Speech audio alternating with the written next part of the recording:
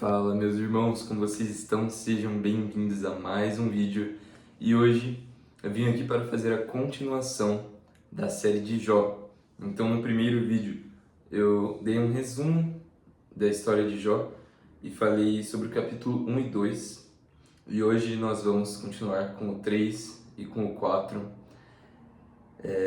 E é isso. Então vamos direto ao assunto. Se puderem deixar seu gostei, se inscrever no canal, compartilhar o vídeo, eu agradeço, porque vai ajudar demais na divulgação. Então, este é um canal que não vai ser recomendado a muitas pessoas diferentes, devido à própria limitação do tema, que é algo que poucas pessoas buscam, e devido a palavras que o sistema não gosta que você fale. Então, eu peço sua ajuda. Pega o celular da sua tia aí, se inscreve. E é isso, deixem seus comentários também. Então, meus irmãos, aqui Jó lamenta seu nascimento. E depois disso, Jó abriu a sua boca e amaldiçoou o seu dia. Ou seja, depois do quê?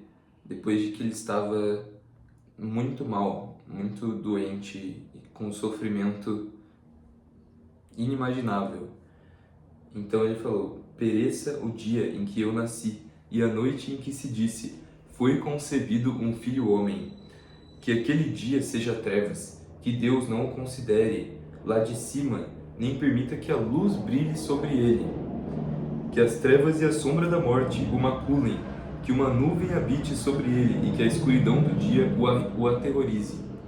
Então, é muito bonito assim a forma como ele escreve, bem poética, dá pra ver que ele tinha uma alta inteligência e que as pessoas no geral tinham uma alta inteligência antigamente, ao contrário do pensamento padrão atual, certo? Quanto àquela noite, que a escuridão agarre-se a ela, que ela não se alegre entre os dias do ano, que não entre no número dos meses. Ah, que aquela noite seja solitária e nenhuma voz de júbilo entre nela. Amaldiçoem-na aqueles que amaldiçoam o dia, que estão prontos para levantar o seu pranto. Escureçam-se as estrelas do seu crepúsculo, que procure a luz e não tenha nenhuma, nem veja o alvorecer do dia. Porque não fechou as portas do útero de minha mãe, nem escondeu a tristeza de meus olhos. Por que eu não morri desde o útero? Por que não entreguei o espírito quando saí do ventre? Por que me ampararam os joelhos? Ou por que os peitos me amamentaram? Então, Jó estava sofrendo tanto que ele questionou, chegou ao ponto de questionar toda a vida dele, a existência dele. E ele falou: porque agora eu deveria estar deitado e quieto, deveria ter dormido, e então eu estaria em descanso. Ou seja, quando as pessoas morrem, elas vão para o sono da alma, permanecem até o dia do juízo dentro de um sono, até o dia em que alguns sofrerão a condenação, certo? A condenação justa segundo as suas obras, até serem lançadas no lago de fogo, ou seja, não permanecerão a eternidade sofrendo por seus erros, que foram por um período de tempo, e aqueles que foram salvos irão para a eternidade, para a glória, para, enfim, a presença do Criador e tudo de bom que tem na presença dele. Então, ele deveria estar dormindo com os reis e conselheiros da terra, que edificaram lugares assolados para si mesmos, ou com príncipes que possuíam ouro, que encheram suas casas com prata, ou como em um oculto nascimento prematuro, eu não existiria, como os bebês que nunca viram a luz. Ali os perversos cessam de perturbar, e ali descansam os cansados. E ali os prisioneiros descansam juntos, eles não ouvem a voz do opressor. O pequeno e o grande estão lá, o servo é livre de seu senhor. Por que se dá luz ao infeliz e vida aos amargurados de alma? Que anseiam pela morte, mas ela não vem, e cavam por ela mais do que por tesouros ocultos. Que regozijam grandemente e ficam alegres quando conseguem encontrar a sepultura, Por que se dá luz ao homem cujo caminho é oculto, e a quem Deus encobriu concebe? Por que em lugar da minha comida vem meu suspiro, e os meus rugidos se derramam como as águas? Porque aquilo que eu grandemente temia me sobreveio, e aquilo o que eu receava me sobreveio. Eu não estive em segurança, nem tive descanso, e nem estava tranquilo. Ainda assim, a tribulação veio. Então, é isso, é uma lamentação de Jó. E apesar dos momentos difíceis, das dificuldades, da rotina, nós temos que achar lugar de gratidão, de paz com o Criador e aprender a valorizar essa experiência da vida, que é uma experiência única, certo?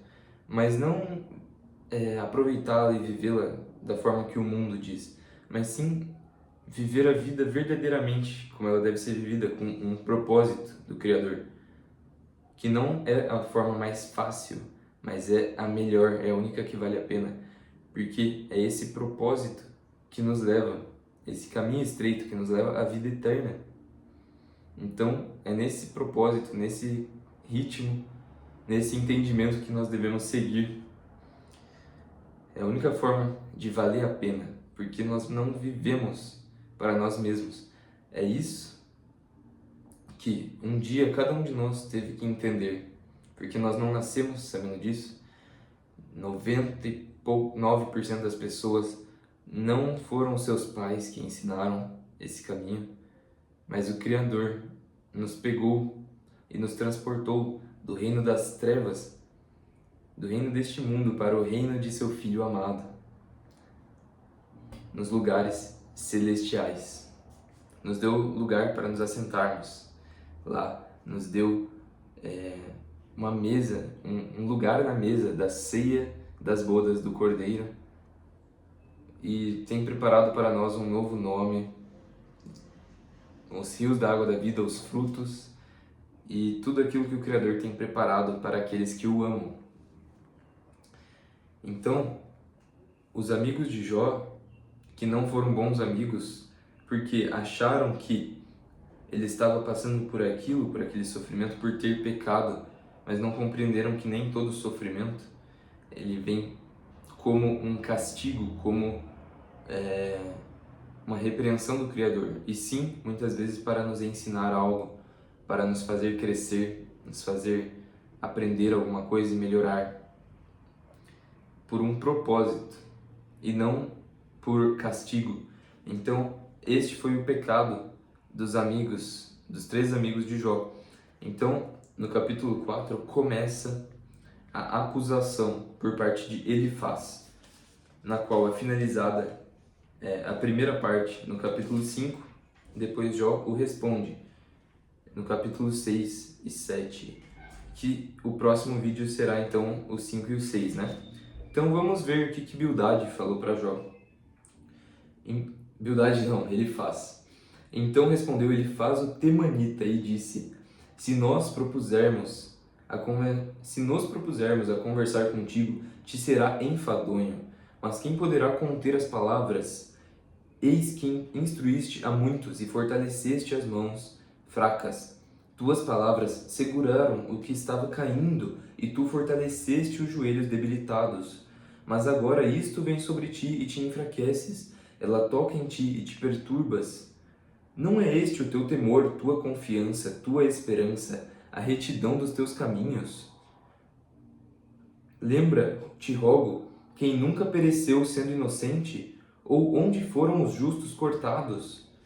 Como eu tenho visto, os que lavram iniquidade e semeiam maldade colhem o mesmo. Pelo sopro de Deus eles perecem, e pelo fôlego de suas narinas são consumidos. O rugido do leão e a voz do leão feroz e os dentes dos leõezinhos são quebrados. Ou seja, ele está acusando aqui, falando que os justos não podem ser cortados, sendo que em Eclesiastes, o próprio Salomão, o homem mais sábio que já existiu, tirando o próprio Messias, falou: vi debaixo do sol os ímpios prosperarem e receberem, enfim, coisas boas desse mundo, e vi aquele que era justo perecendo. Tem alguma coisa assim. Eu vou até pesquisar e deixar nos comentários aqui, tá?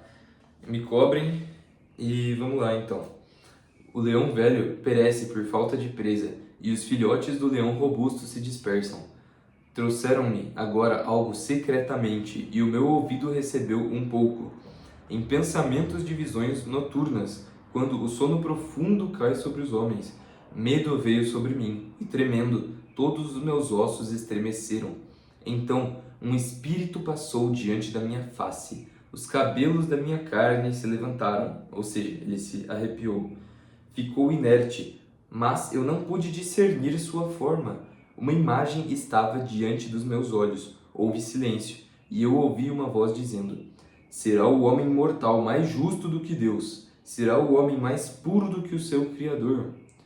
Eis que ele não tem confiança nos seus servos, e aos seus anjos atribuiu defeitos. Quanto menos naqueles que habitam em casas de barro, cujo fundamento está no pó, e que são esmagados diante da traça. Está falando aqui da fraqueza, da limitação do homem em sua carne, certo? É por isso que nós receberemos um corpo glorificado, incorruptível. É por isso que, pela nossa própria natureza, nós não temos a capacidade de merecer ser salvos, e o Criador vem, nos resgata e nos transforma, nos lava no sangue do Messias. Então, ninguém, pelas suas próprias obras, tem a capacidade de obter o merecimento da salvação.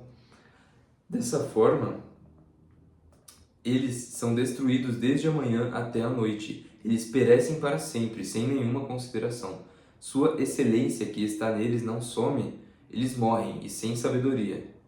Então, está falando sobre os ímpios aqui. E também sobre os homens no geral, de forma a demonstrar como o homem é limitado. E basicamente, nós podemos observar através de suas palavras que ele tinha muita sabedoria, muito entendimento. Então, apesar dos amigos de Jó terem pecado, terem errado, porque consideraram que aquilo que ele estava passando era por um erro seu, ou seja, em vez de o consolarem, de, serem bons amigos, porque nós não devemos ser acusadores, isso é o que o inimigo faz. Então nós temos que ser misericordiosos, assim como Deus foi misericordioso conosco. Então isso é o que? Um valor do reino, é um valor de reino. Justiça, misericórdia, amor, paz para com todos, e paciência, por exemplo, são valores do reino, que a própria carne não é capaz de fazer, mas nós conseguimos desenvolvê-los com a ajuda do Criador.